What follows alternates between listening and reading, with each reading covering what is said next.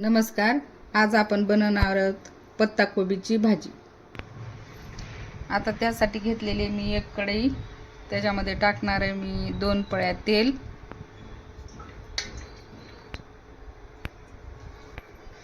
आता तेल गरम झालेले आहे. ह्या तेलामध्ये मी काहीच टाकणार नाही, मोहरी जिरे काहीच टाकणार नाही. आता ही कोबी मी ही अशी बारीक करून घेतलेली आहे. ही कोबी फक्त मी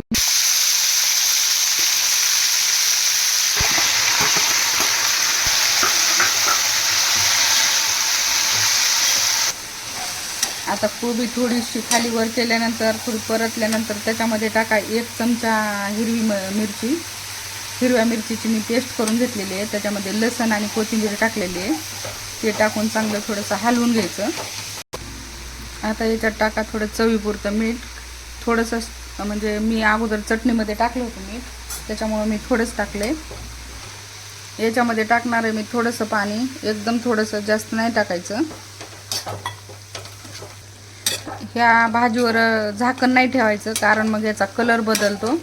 न झाकताच ह्याला असं शिजू द्यायचं. आता मी ही 10 मिनिटं भाजी शिजवून घेतलेली आहे. ह्याच्यामधलं पाणी आटलेलं आहे आणि ह्याचा कलर पण बदललेला नाही, कलरही छान दिसतंय. ह्या भाजीमध्ये कोणतीच डाळ टाकायची नाही. डाळीची पण करता येते, पण न डाळ टाकता केलेली भाजी एकदम छान लागते. तुम्ही एकदा नक्की ट्राय करून बघा. आता मी ही भाजी एका बाउलमध्ये काढून घेतलेली आहे. व्हिडिओ आवडला असेल तर व्हिडिओला लाईक करा आणि चॅनलला सबस्क्राईब करा.